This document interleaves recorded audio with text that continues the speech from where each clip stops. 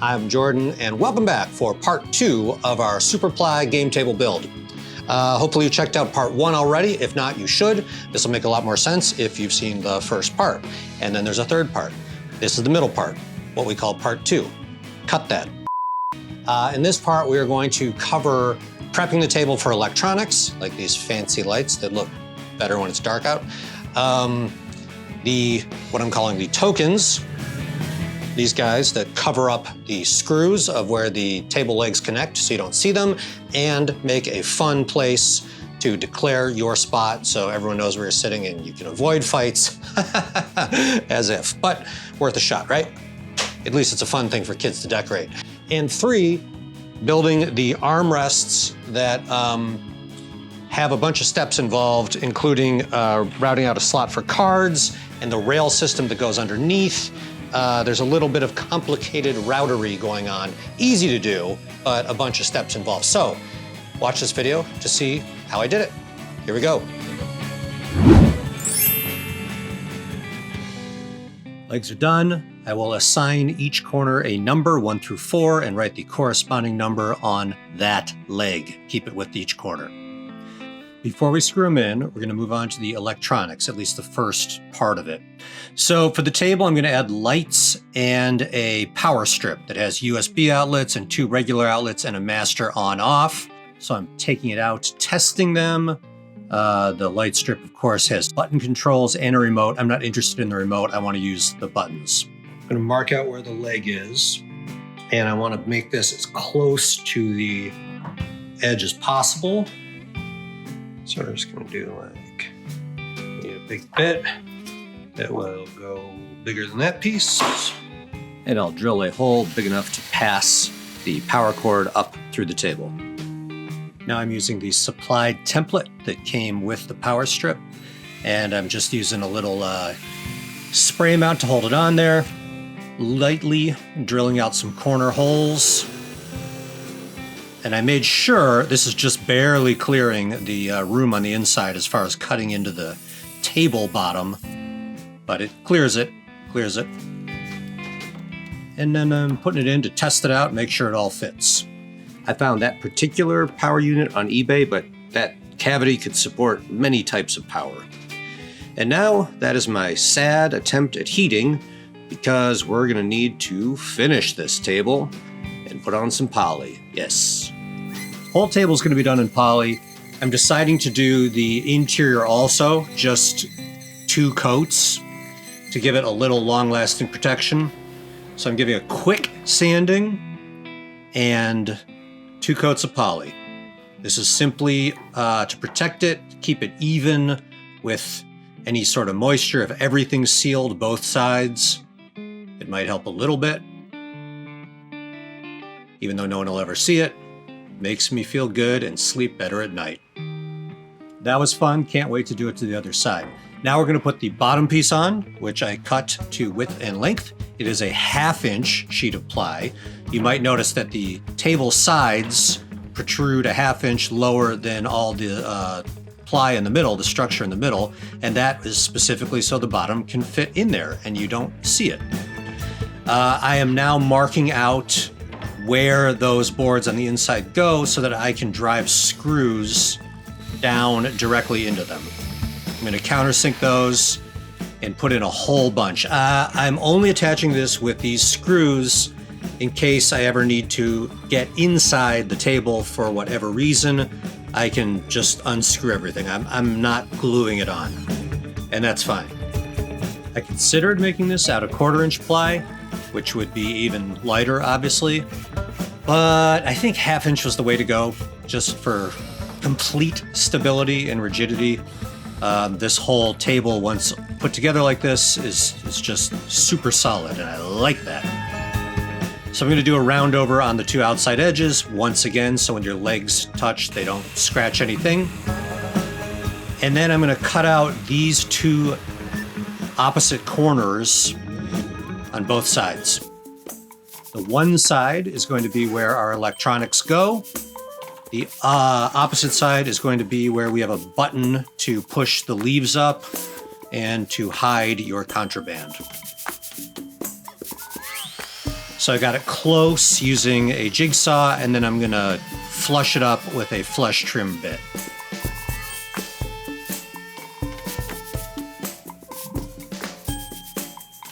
Dynamite. Real clean. That's the side we're gonna put the electronics in.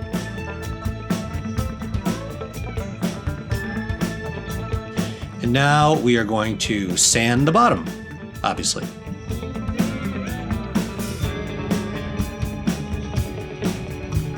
And then we're gonna put 2 coats of poly on the bottom. Yep, you guessed it, both sides. Using those little pyramid painter helper things so that I can do 2 sides at once. So for the electronics, once I put them in there, I'm then gonna take that cutoff from the space and put it back on as a lid. But I threw it out. So I have to cut another piece. You can tell, look, the grain doesn't match. Anyway, no one will ever see it, but that's gonna be a lid. So I'm just gonna literally screw it onto those 2 blocks in there, nothing complicated. Now to attach the legs, permanent-like, we're gonna use screws. So I'm gonna make a quick template using a hole saw, 3.5-inch hole saw. And much like the templates we made before, I'm putting some little scrap pieces on the sides to hold it on. Yeah, look at that. It fits, should fit both sides of the leg because it's the same dimensions. And we'll clamp that on, and we'll use our router again with the guide bushing. And I believe showing mistakes is always a good thing. That's how we learn. And I wanted to make the circle even slightly smaller, but that was the best hole saw that I had size-wise. The next one down would have been too small. So I thought it'd be clever and wrap a little tape around the outside of the guide bushing to just reduce the size a little bit. That wasn't a great idea because, as you can imagine, it's a bit flexible. It gives a little bit, so it made the circles not completely perfect, but that's okay. I'm gonna put on my PPE and use the same router, same bit, same guide bushing as before in the first video. And I'm not cutting all the way through like we did before. I'm just dropping in about a 1/2 inch. You can see I'm put a little block underneath just to stabilize it, because otherwise the whole thing would rock. That one's a little tight. So I hold it in place with a large clamp. I do both sides. And this is going to provide an area with which to put in screws. So I'm going to mark out evenly, because you will sometimes be able to see these. So we want it to look good. And I'm going to mark out where to put a magnet. I'm taking the measurements of said magnet, both the diameter and the thickness. I'm going to set up a stop block. I've got a Forstner bit that is the same diameter as the magnet. I've got my hooded helper because I need to hold the leg steady. I could have put a wedge under it to keep it straight, but this was faster. And every one of these circles, as in 2 per leg, as in 8 total, we're gonna just drill a small hole, a small recess to put the magnets in. And if you got a helper, it's pretty easy.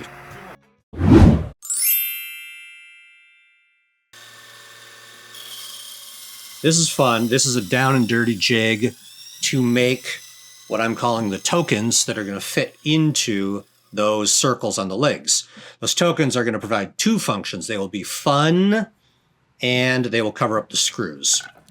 So I took a scrap piece of wood, I screwed a stopper into the bottom of it, and then I ran it through my bandsaw up to the point that the stopper went. So it only went, I don't know, a couple inches. Then you draw a line parallel to that line, no, perpendicular to that line, and you measure out the width of the circle.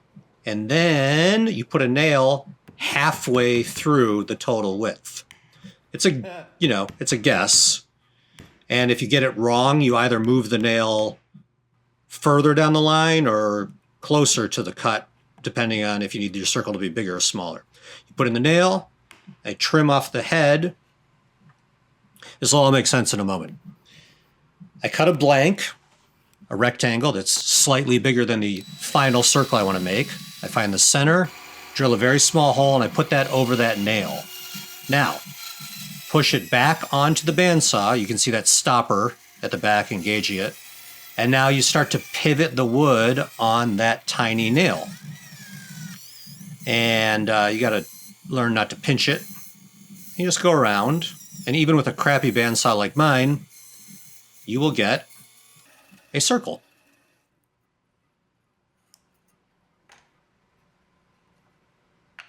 Let's try it. Let's test that guy.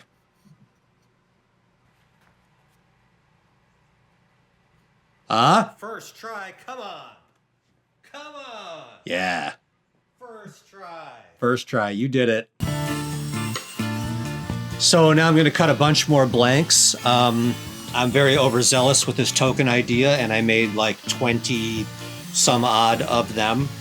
I thought it'd be fun if everyone in the family got to make their own circles, pick out designs, really personalize it. Ultimately, no one was super excited about it, which is cool. So I did most of the work. But anyway, each one I figured out where the center would be since they're all the same size. Then I could go to the drill press and just quickly drill a center. Remember, you're not going all the way through. You don't want this to show. So you're just drilling a little hole to fit over the pin on the circle making jig. Then you load one up, go back to the jig. This is real time. Once I got it down, I was going pretty darn fast.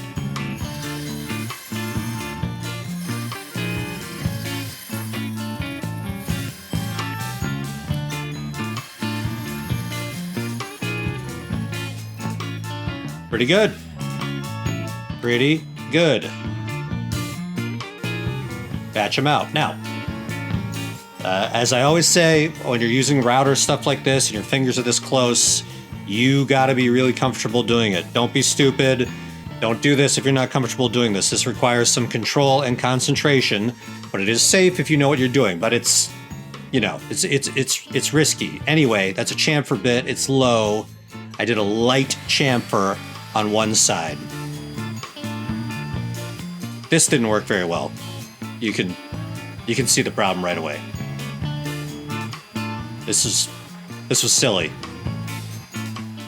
That was stupid. All right, I'm trying a new product here.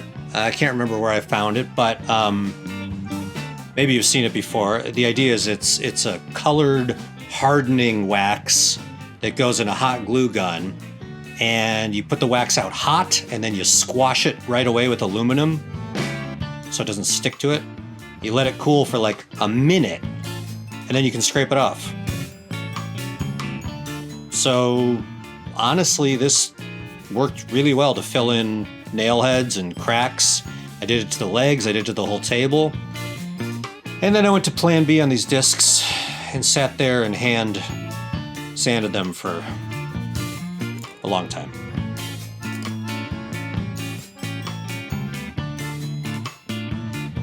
And then the magnets that I'm using, I measured how far down. Once again, back to the drill press. Once again, put a stop block so that I could repeat it once I got it in the right spot. I'm just going to make a shallow spot to drop the opposite magnet, corresponding magnet, complementary magnet. I don't know, one's north, one's south. So this is the last step in getting all these tokens ready. Make the circles, do a light chamfer, do a light sanding, glue in a magnet. Now I'm going to sand each leg. Now I'm going to sand the body. Now I'm going to sand my face so I wake up. And then I'm going to pick an arbitrary measurement to put the screws in. Not completely arbitrary, I'm making sure they won't hit anything bad on the other side. But I want them to be even, because you're going to see them whenever you pull off a token. 2 screws on each side of the leg. If you're good at math, that means 4 screws total per leg. That's another reason that I numbered the legs in the corners, is just so they'll always match up, in case anything's a tiny bit off. So the legs, this is how they attach. They shove in, they have a very tight fit, and then 4 screws. And obviously to transport it, you unscrew those and pull the legs straight up. You can tell by what's happening that we're getting ready to flip the table over. So I'm attaching the bottom back on, attaching the electrical cover.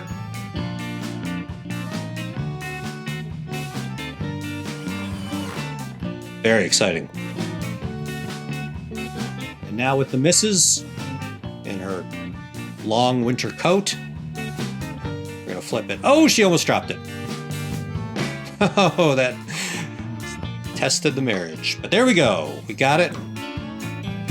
And that is the first time I'm actually seeing it right side up.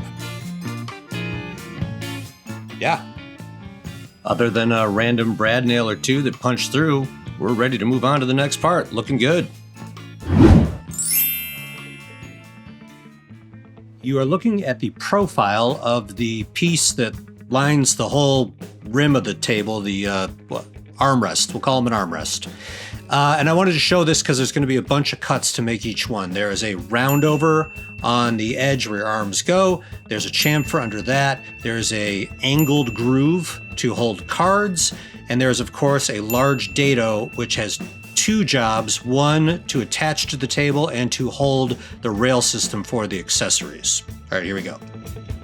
I'm going to start by putting on my science hat, and I'm going to cut 3 grooves in a scrap piece, one at 5 degree, one at 10 degree, and one at 15 degree. And I'm going to get real practical and just see how a card sits in them. You know, the idea is for standard cards or for complex board games, tabletop board games that have a lot of cards up, it would just be kind of a neat way to line them up where you're not holding them. And it looks like there's honestly not a huge difference, and we're gonna go with 5. 5's the winner. Then I'm gonna determine a good height for the chamfer. Test piece, I like it. So we're gonna at least run with that first on one of our arm rest pieces, apply that chamfer. Then I'm gonna test out a roundover back on our test piece. Looks good. Sure. Now I'll apply that roundover to all 4 of the armrest pieces. Long to not as long. And now we're gonna set our groove, or dado groove. And the point of it is to fit a standard T-track available from your fine woodworking sources like Rockler, not a sponsor. So once I have that spaced to the spacing I want it, I'm gonna cut it in 2 different passes, a shallow one, and run that across each of the armrest pieces. I don't know why that's so weird to say. And then I will raise it up to the finished height. And we're good. I'll do that to all 4 of the pieces. Taking time to admire the amount of sawdust created. And now we can add the last part, which is that 5 degree slot, angled slot for the cards. Do that to each piece. And now cut a 45. And you can see where that groove helps to attach it. It fits over the higher part of the leg. So instead of cutting the other one, I put it on first, then I can draw my line right to it. That way I won't have to guess. Sure. That looks nice. And once one is done, I will do the other long side, and then I will fit the short sides in between. And when I know that I've got them to the right lengths, I will glue it down, one armrest at a time, being very careful not to accidentally glue it to the leg in any way, shape, or form. The leg needs to stay independent. I'll put in a couple of brads to hold it in place and repeat the process, working around the table until all the armrests are on, making a very attractive border / top. And I'll put a few clamps on just to really firm it up. And for our final move, we're going to use screws, and we're going to countersink them and fill the holes with some dowels. So because you're going to be able to see these a little bit, I am going to make sure that they are spaced evenly and attractively. Boom. Countersink, screw, glue, dowel, hammer, hammer. Wipe glue, let it all dry, come back with a flush trim saw, and cut off those plugs. Once that's sanded, you will barely be able to see them, but you will still see them a tiny bit, and they actually look pretty cool. Now I feel good about the top bearing any weight that might be on it. Okay, now we're going to make the pieces that'll hold the leaves. That's their main function. They'll also hide the lighting underneath. So the two long sides are going to be glued on and brad nailed. The two short sides are going to be detachable with screws. And the reason for that is so we can slip in different playing surfaces underneath those. If we need extra wiggle room, we can pop those off and put them on. So all of these, this border, this rim is directly under the armrest ply, which is 3/4, so it's right there, which is also happens to be 1 inch from the surface of the vault underneath it. So I'm using 1 inch spacer blocks and making sure that it's really flat. And now we're ready to make the leaves. Okay, that is an awesome place to stop. The table's so close to being built. In the third and final video, we're gonna do the leaves for the table, and we will make interesting routed out trays on either side of them using a router, templates, and guide bushings. We'll finish the electronics, as in put in lights, etc., etc. We will make a play surface using speed cloth, which is the stuff they use on poker tables. That was kind of cool. Decorate some tokens, and last minute touches, rail system accessories, etc. is gonna be awesome. So I hope you stick, that's so stupid. I hope you stick around for the next video. If you like the music, please check out my band Quasar What What. We love plywood too. And until then, take care of yourselves, and I will see you soon.